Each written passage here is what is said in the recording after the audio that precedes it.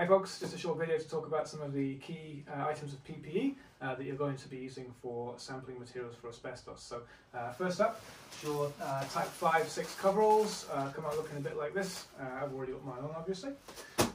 Next up, boot covers. Now you can use non-laced boots that you can wipe down clean afterwards, but in some circumstances you might want to wear the boot covers, for example accessing contaminated spaces or that sort of thing. So this is how you put those on. Now you just want to be careful to make sure that the boot itself is tucked inside the leg there. Reason being, if it's on the outside, there's a chance that material could fall and get trapped while you're doing your sampling. Okay. Let's get the other one on.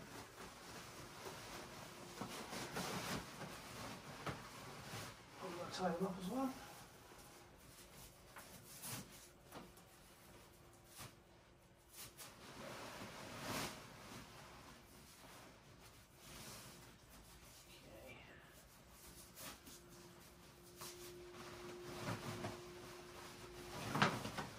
Okay, next up is your respirator.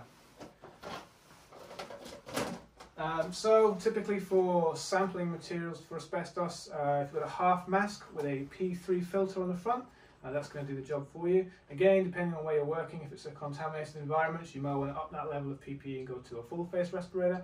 But for most circumstances, the half face with the P3 is going to be okay for you. Now, first thing you want to do when you take it out of the box is grab a wet wipe. Give it a wipe down all over the outside, like so. Making sure to get into all those little nooks and crannies. And then, using a separate wet wipe, do the inside of the mask.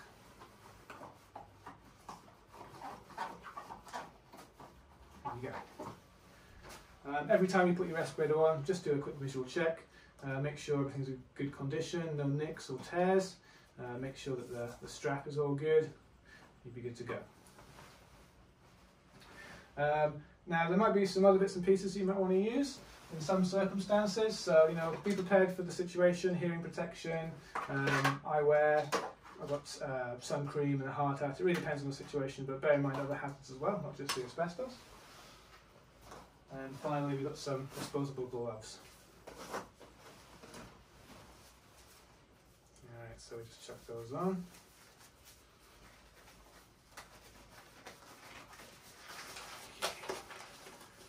Again, you want to make sure they're on the inside of your sleeves.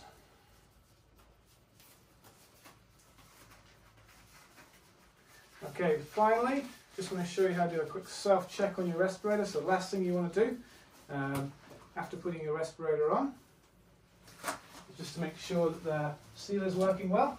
To do that, you're just going to cover up the hole on the front and try and breathe in. So I'll do that for you, but I'm going to stop talking now because you won't be able to hear what I'm saying.